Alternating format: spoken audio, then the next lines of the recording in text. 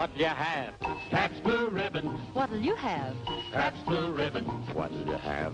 Pabst Blue Ribbon. Pabst Blue Ribbon beer. Smoother, smoother, smoother flavors. Zest and sparkle, millions favor. Taste that smooth. It's football time. Welcome to Pabst Interview, Blue Ribbons, Red Zones. I am your host, KO Kyle Olson, and I am joined, as always, by my co-host, our courageous commish, Chad. How are we doing this week? Oh, couldn't be better. Worst points that I've scored all season. Yet I had the biggest blowout of the week. You know, sometimes things are just in the cards. Sometimes the fantasy gods know who deserves a win and who doesn't. I'm happy to be here. Happy not only to be here with UKO, but the Golden Knight, Mr. Teal, one of two Ryans.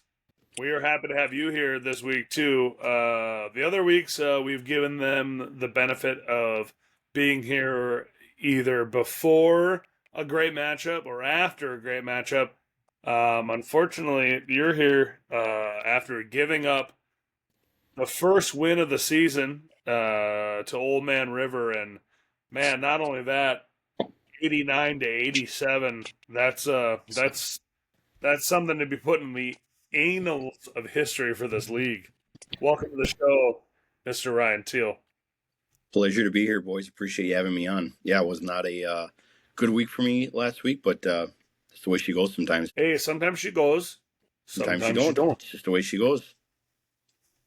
Yeah, that's how it's been going this year. Yeah, I mean, obviously this has been a pretty 180, I would say, compared to last year where I kind of cruised through everything. But, I mean, that's just, I know some people in the chat want me to get riled up and want me to, get angry about this. But that's just, fantasy. It's complete luck. I'm not going to get too angry about it.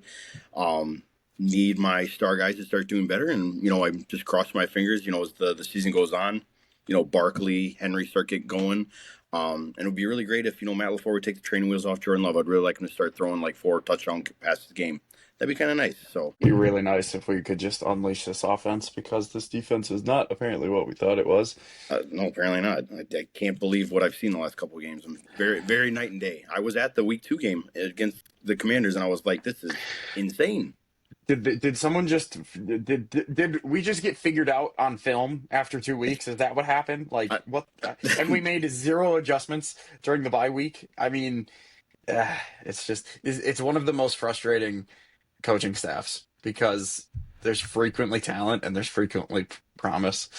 And you have multiple first-round picks on that D-line, and just the 2 sacks for the last 2 games against like not great lines, and one of the worst. Statue and Joe Flacco. Yeah, it's crazy. It's quite frustrating. Yeah, so until we get into all the real NFL stuff, we want to talk fantasy. So last week, some things were figured out. Some things that already were known were fleshed out even more. The big bummer for that matchup, I think, more than anything so Nick is aware the win he got was not worth anything more than another loss. He's aware of that. If you look at a team that wins at 88.74 and then loses 85.36, let's not forget that my matchup was the blowout of the week because Ian, show me them nothings, 82.9. So if Stumby beat you by 3 and you beat Ian by 3, in the rules of threes, Red Panda sucks dick. So other ways we look around the league, KO's keepers. Oh God, things are jumping around here. KO, did you get a W against the Jettos there? Chad, no, I did not. No. The app is a little funky right now. It says that you had a 96% chance to win. That may have been early on. So you drop on the Jettos. He goes 4-2. You go to 3-3. Pretty close to dropping it down to Kai Rimjob. And the name is almost ironic at this point. He might need a rebrand. Hopefully he doesn't fuck it up as awfully as I did. But Kai Rimjob coming in at 3-3 now, getting a win against Yak and Cheese to 1-5. But man, things are getting tighter. Things are getting looser. Festival has Rats Drews is the man who constantly. It's funny how he is the heel for 8 years, and everybody just accepts it, and then I finally decide to start throwing shade at everybody, and I am taking an absolute fucking beating for it, which is fine.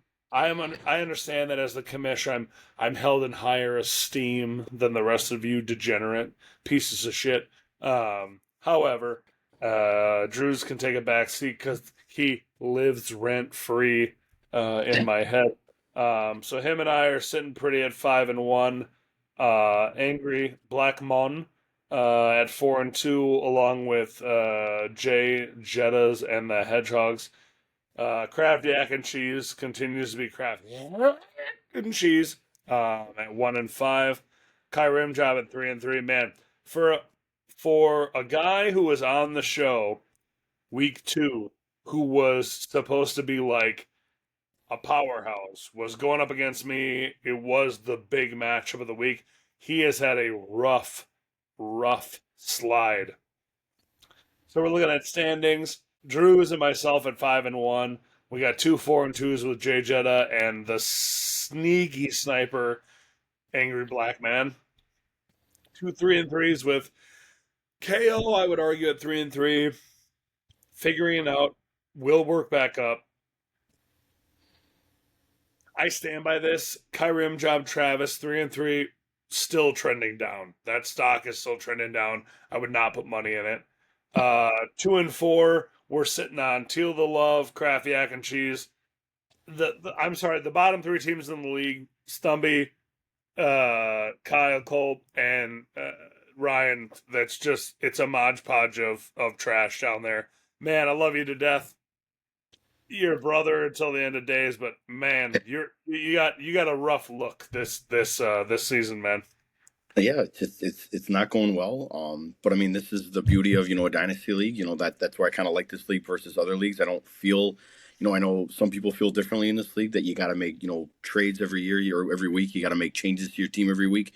I'm more of the belief you ride it out. One guy might have a bad year one year and might be better next year and stuff like that. So that's how you end up trading Todd Gurley and Mike Evans when you had like everybody good on your team at one time and then got rid of them all. So I would rather keep my good players and ride it out and see what happens.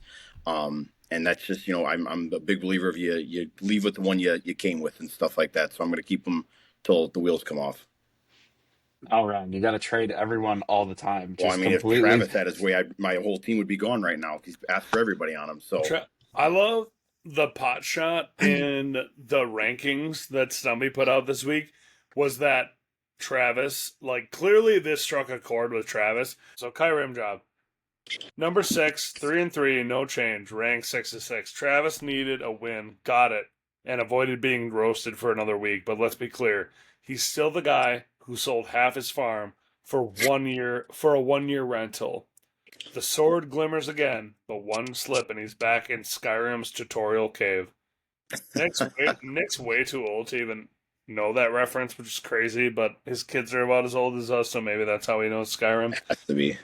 Travis was so salty about that comment that he went out and made like 6 different trades today, which I love it. I'm all on board. You guys know me. I love working the waivers, working the trade market. Apparently, after that trade with Drews, nobody will touch me with a 10-foot pole, but say la vie. While we're talking about it, let's dive into it. So, Stumby puts out the Pabst Interference Rankings. Powered by Brewers Pain, Overtime Rage, and the sound of Chad talking too loud again. Editor's note. This week's rankings are late. Why? Because the Brewers forgot how to hit. I forgot what happiness felt like, and Chad forgot he's never won a damn thing. Meanwhile, Drew still wears the crown. Elvon reappeared like a tan ghost, and that's a little racist. And the league remains a swirling cocktail of mediocrity and misplaced confidence. Hey, at number 1, 5-1, Chad's still king. I don't need to read the rest. That's all I need to know. At number 2, Festival has rats. Drews keeps the crown. He doesn't need to talk. He just handles business. Long live the quiet ruler. That's crazy at this point we're calling someone a quiet ruler that is constantly Yeah. the captain of the chirp train. Number 3, Jay Jettas is up 2. Jay keeps climbing with 147 and a subtle smirk of a man who knows his luck hasn't run out yet. Number 4, Angry Black Man, no change, 4-4. He's 4-2. The silent sniper. He doesn't post. He doesn't chirp. He doesn't show up to any draft or any gathering we have for any of these, any of this league over the period of time he's been a part of it. However, somehow he's always in it.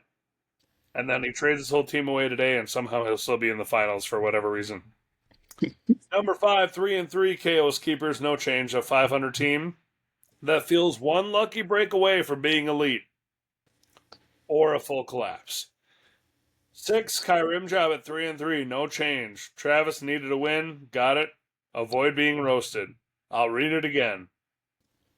The sword glimmers again, but one slip and he's right back in the Skyrim tutorial cave. But naked. Number 7, showed them TDs, no change. 2-4, 7-7. Panda's offense disappeared like the Brewers' clutch hitting. 82 points. That's not showing them TDs. That's showing them mediocrity. And I would argue less than mediocrity. Number 8, Teal The Love, no change. 8-8. Score of 85 and lost to Stumpy. That's like getting beaten by a Roomba in chess. How would a Roomba even move the pieces? Points for, that's Pushes the point. He Points pushes him. for of 595 is a crime at 7th in the league against any fantasy football team. At this point, Teal is just a cautionary tale told to rookies at the draft party. Number 9, Kraft Yak and Cheese. We'll just call it age like discount dairy. And number 10, at least he's honest. He keeps himself at the bottom. Vintage Stumpy Reserve. No change. Finally got a win. The rebuild has breath, but the offense still moves slower than the Brewers' runners from second to home. Fermented but functional. That is what we had from this week, guys. Phenomenal again from Nick. We love the captions. We love the talk. The league went well. Now let's look ahead to next week. With the matches that we have, honestly, week 7 looks pretty good. 4-2, Elvon against me at 5-1. Stumpy is going to go against Red Panda. I think Stumpy could come back and go and make a 2-5 teams after this. Teal, you are looking like you're headed into a buzzsaw against Kyle at 3-3. You might send yourself to 3-4 and send him to 4-3, but still, those numbers are so close together they might be exactly the same. If I'm being totally honest, I think the Jettas are going to burn Kraft Yak and Cheese to the pot. But the one that is more interesting than anything, and after all the changes he's chased literally in the last 8 hours for trades, Kai Rimjob at 3-3 up against Festival has Rats at 5-1. I think this is the closest thing to a trap game our league has had this season. And really, I think that Ryan could walk away with a giant L. Drews could walk away with the L. Drop him to 5-2. Kai Rimjob goes to 4-3. It could happen. Yeah, Travis has got CD coming back potentially from the injury, as well as George Kittle. So, I mean, his team could be locked and loaded for the week. Well, not only CD coming back, I mean, the guy made some moves. I mean, he adds Shakir and some future assets to his team. I believe this draft pick put him by adding Jonathan Downs. It's an interesting mix. Some moves he's made, while I am not the biggest fan of them, he is not only making moves to add things now, he is also wagering his future down the road. He's adding some picks in, so I think part of him is looking to future seasons. However, he's still adding to his team now. So we'll be curious to see what happens going forward. Yeah, I mean, he's got two of the top tier quarterbacks on his team now, in Allen and Hurts, and a young star in Drake May too, who's been playing really well. He's top 5 already this season, so it'll be interesting. But I don't know. You're right. It's a trap game, but Drew's just is continuing to win. I still like his team a lot. Yeah, it's going to be a fun matchup to watch. Honestly, he's got a lot of injuries, as we all do. But geez, a lot of questionable on that bench. Well, I think the thing that'll help Drews the most is that now that the Bengals have old man Joe Flacco throwing to Chase, like that seemed to make a huge addition. He probably wasn't getting much out of Chase early on with Jake Browning, so that might be the point that helps them. That's a really good point. That'll be huge for him. But yeah, if we have nothing else to talk about fantasy wise, we can touch real quick on the NFL if we'd like to. Oh, take it away, KO. Gladly, because we had a very fun week in the NFL last week. Let's talk. Let's let Chad get his little thing in real quick. Let him fantasize about his sea chickens for a sec. You guys had a good showing against Jacksonville. The old Trevor Lawrence showed up once again, and you guys beat us 20-12. How do you feel about your Seattle team? 20-12 is not even indicative of what the actual game looked like. Mm-mm. I think you could agree with that. 20-0 would have been fine. Some points were let up in different positions. We also were missing one of our top cornerbacks in the game, and Ginger Jesus came out and continues to perform at the level that I knew he would. Like I said, after week 1, I said in this show, just like in Minnesota, a rough, slow start will continue to have success throughout the year. He looks great. JSN looks like the best wide receiver out of Ohio State in the last 5 years. Marvin Harrison Jr., who? Oh, wait. Oh, you know. Olave, Garrett Mitchell, Egbuka. Ibuka would probably take that over all those ones, I would say.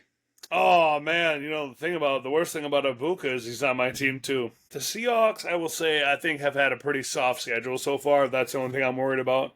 The team themselves is playing very well. The defense looks good. The offense looks like they're coming together. Where we thought Kenneth Walker was going to be the guy, I think Walker and Charbonnet are a really good 1-2 punch. I think every team that always comes out and says, we've got a 1-2 punch, never works out. I think part of it is we didn't speak it into existence. We said, Kenny Walker is number 1.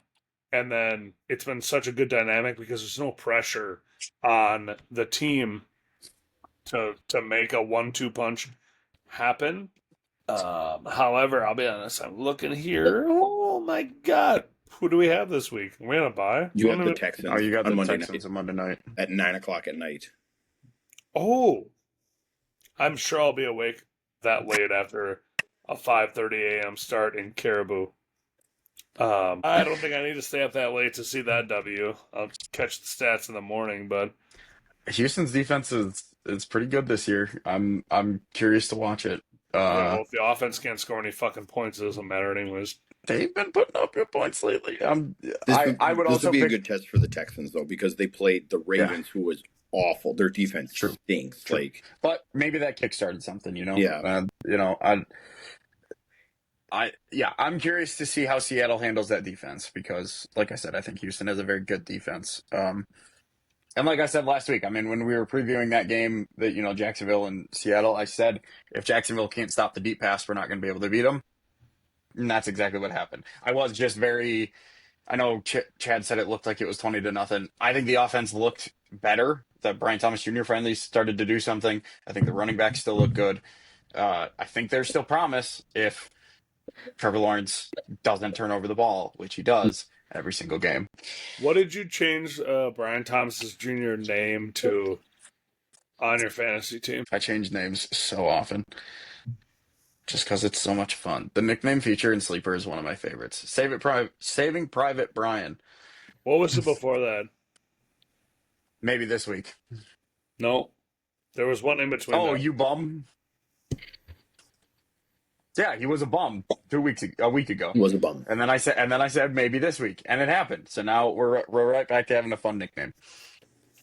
You have the most volatile relationship with Brian Thomas Jr. It's like a pretty girl with a guy who sells and takes his own drugs. You think I'm pretty? Done. Take it easy. Don't make me get the lightsaber out.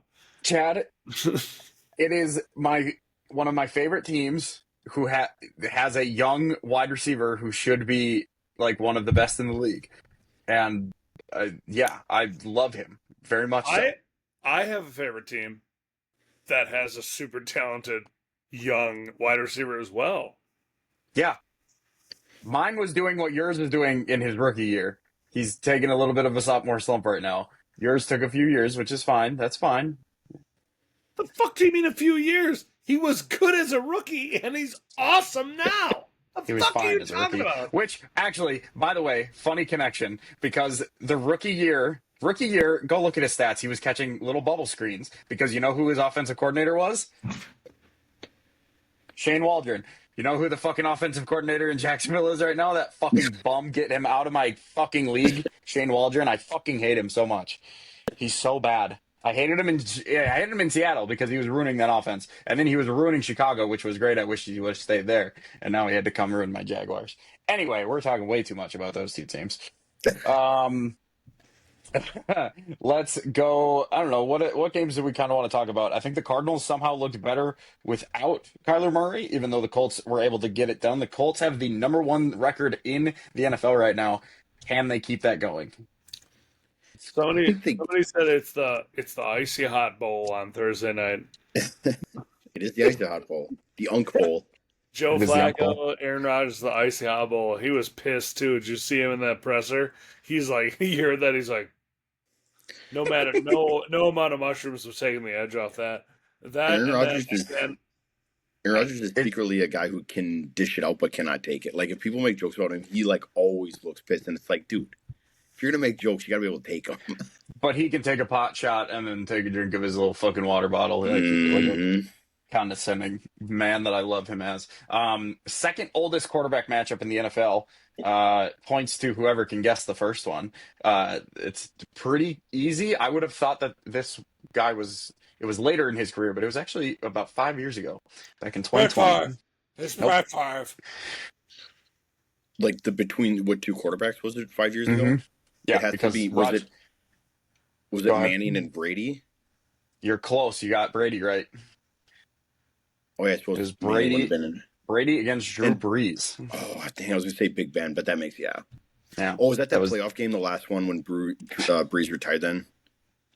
Might have been, yeah, because I guess 2020 would have been the Buccaneers year, yeah. Yeah, because they beat the Saints and they came to Lambeau and beat us, so I think that was it then. So yeah, you're probably right.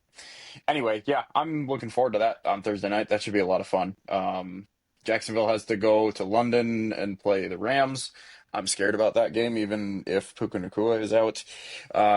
Patriots, Titans, bottom of the barrel. I mean, revenge game for Vrabel. So. And they should boat race them because the Patriots, their offense looks really good right now. Drake May's got some actual weapons. I wish they would give Trevion Henderson the ball more, but apparently they just love Ramondre Stevenson. And the Titans have a lot of figuring out to do after firing their head coach. Mm-hmm. Bears and Saints, that should be an easy win for the Bears. But I don't know, the Saints have been putting up a lot of fights lately. That should be a fun one because the Bears' defense hasn't been great. They had a good showing against Washington last week. The Bears' defense is very feast or famine. If they get turnovers, they're very good. If they do not, then they are easy to dice up and stuff like that. Yeah. Speaking of feast or famine, the Miami Dolphins against Dylan Gabriel and the Browns. That's not going to be a fun matchup to watch. No. But I would assume that the Browns are favored at home, which is crazy, but I would take the Dolphins in that matchup. I feel like their offense has started to click. Somehow, Darren Waller was the missing piece there. I don't know. I think the Dolphins are just a really bad, like, all-time bad vibes team. Like, the quarterback's calling out the team and saying guys are missing meetings. Like, I I Dallas don't know. bad. I think it's just unraveling there. On paper, they have more talent. I just don't see them winning, especially if the Browns rally around Dylan Gabriel and they're at home. I don't know. I could see them winning it. The Browns just need to give the ball to Quinshon Judkins more. I don't know what happened Yes. last week. I know they were down, but they need to keep running the ball because he's a beast of a running back. Panthers Jets. Panthers favored on the road against the Jets, which is good. I believe it actually opened up with the Jets as a favorite at home, but I just don't know how you can, especially if they don't have Garrett Wilson. Mason Taylor's their number one option on offense. Justin Fields has not looked good. He had one of the worst quarterback games ever on Sunday. Mm-hmm. That was awful. I think he had negative yards if you included sacks. And the Panthers are starting to look good. They got Tedero and McMillan. They got Rico Dowdle. Mm-hmm. I think Chuba might be back for this game too, so that's a really good 1-2 punch at running back. They probably shouldn't even just play Chuba. Just keep playing Dawdle. He's been doing so good. Like, don't even waste your time. Honestly, at least let him fully recover. Don't rush him back. You don't need Yeah. to. Rico Dowdle. If you look at the games that Rico Dowdle has started, and you go back to like the Dallas games, he is easily like the best running back in the league statistically. Mhm. For I think like this last 7 games or something like that. It's actually insane. Eagles Vikings, potentially JJ McCarthy returning. If not, Carson Wentz is practicing fully for them. That's And you have the Eagles. I just don't know why the Vikings would go away from Carson Wentz. Your offense has looked infinitely better. I get it. You have to probably go back to him, but if they're trying to rush him, like if he's not, like, wait till he's like literally 100%. Like, wait till like the minute it is fully healed. Like, if you think you can get him back, wait. Yeah, I wouldn't rush him. That's for absolutely sure. I'm in the mindset for the Vikings. If I'm them, like, are you going to win the Super Bowl with Carson Wentz? Probably not. That's a fair point. So I would. They spent the high draft pick on JJ. They let Sam Darnold walk away for JJ. You have to just play him when he's healthy, right? Like, you have to put him on the field, let him learn and see what he is, so that you can decide if you're going to draft another guy next year, you know? So, all right. Yeah. But if he's not, I'd say if he's not healthy, yeah, keep going Carson Wentz. Carson Wentz revenge game could be fun. Could be a lot of fun. It'll be a lot of fun. It would be a lot of fun. Raiders Chiefs. I mean, the Chiefs are favored by 12.5. The Chiefs look all the way back. They looked really good last week. They get Rashee Rice back. It's scary to think that this team is starting to click already when everyone thought that they were done for. Well, I mean, this kind of ties into my fantasy team. I mean, when Xavier Worthy got hurt, week 1 on that dumb play and stuff like that, that was their speed, and they didn't really have much else. Like, they've kind of invested in Rashee Rice and Xavier Worthy, and if they're out, you don't have anybody else and stuff like that. And Travis Kelce just isn't the field tilter he used to be. So now that they're getting some speed back and some health back, I mean, that just opens up so much more for their offense, and then you can get those single coverages for Travis, and maybe he can do something then. Yeah. Let's see here. What other games do I want to talk about? The Chargers are surprisingly favored at home against the Colts. Chargers have a lot of injuries. I'm actually surprised by that line. The Chargers also been in some dog fights lately. I don't see how they're going to keep it close. No, I don't see how they compete, especially Chad, get your fucking cat away from the microphone. I think the Colts are just too good. They're clicking on offense right now. Mm-hmm. Falcons Niners, I think, is going to be really fun Sunday night. The Falcons defense looks legit, but the Niners are starting to get healthier and healthier. Packers against the Cardinals terrifies me, but last time we played in Arizona is when Rasul Douglas got that interception in the with 14 seconds left. We play good in Arizona. Still worried about that with this defense, and the Brissett looked good last week. So, yeah. Yeah, I mean, it's definitely one of those games on paper that screams a trap game. I mean, the Packers are. I mean, I think they're favored by 6.5 points or something like that, which I don't know why after last week when they were favored by on the road to be favored 6.5 is crazy. Yeah, when they were favored so hugely at home against the Bengals, it's like they just don't cover spreads. They win games, they just don't cover spreads. I don't know why Vegas is giving them so many points. The Cardinals plus 6.5 bet is not a bad idea at all. And then the other Monday night game, Baker Mayfield and the injured list versus the Detroit Lions. I'm very excited for that. Baker has become one of my favorite players to watch in the NFL. He's just so much fun. These Tampa Bay games have been great. I'm really upset that Ibuka got hurt because he had become one of my favorite wide receivers to watch as well. Rashad White stepping in for an injured Bucky Irving. Like this Tampa team has been so much fun to watch. And again, they're going up against a division rival that I don't like, but I can't argue that they're also fun to watch. Like that should be a really fun Monday night game. Yeah. What do you got, Chad? It's funny that like Baker's comeback is glitch in the matrix. You guys did the exact same thing at the exact same time. Weird. Baker's like comeback was, I came back from being on the Browns. I will always speak to this, and I'll say it 100 times. I said it the year that it happened. I think the Browns made a giant mistake drafting Baker 1. So with all the quarterbacks and everything going on that year, they could have walked away. And I will say this till the day I'm dead. And of course, it's all conjecture at this point because you can never be sure. The Browns go Saquon 1. They could have gone Baker 4. We remember that draft, right? 1 and 4. Nobody was looking for Saquon or Baker 1 through 4 other than the Browns. They go Baker 1. They lose Saquon. I think Baker, who was projected to be the 4th or 5th quarterback taken behind Rosen, behind Allen, behind, a lot of quarterbacks in that league that year. Now he turns around and comes. What would that have been like, Saquon and Barkley could have turned the Browns into maybe a team that mattered. Well, and then you have Odell Beckham Jr. and his hissy fits from his dad too, like trying to convince the team that Baker was a bad quarterback. And I mean, yes, Baker, all he did is coming back from Cleveland, but he also went to the Panthers, got benched there, was on the practice squad running punt team, got released from them, played on 2-day notice for the Rams, didn't get re-signed by the Rams. And then now he's in Tampa Bay, following in the footsteps of Tom Brady, who won them a Super Bowl. Like, it's a cool story. You can, it is a comeback. I think there's a lot of people in the league that never doubted him. I think there's a lot of people that tried to get him when he went to Tampa Bay. And this is why, because he's a winner. He's going out there and he's balling. He's putting his body on the line for the team. He has that Jameis Winston effect of guys will literally die for them on the field. Like he has that energy, he has that dog in him, and that's just, teams, players want to play with a guy like that.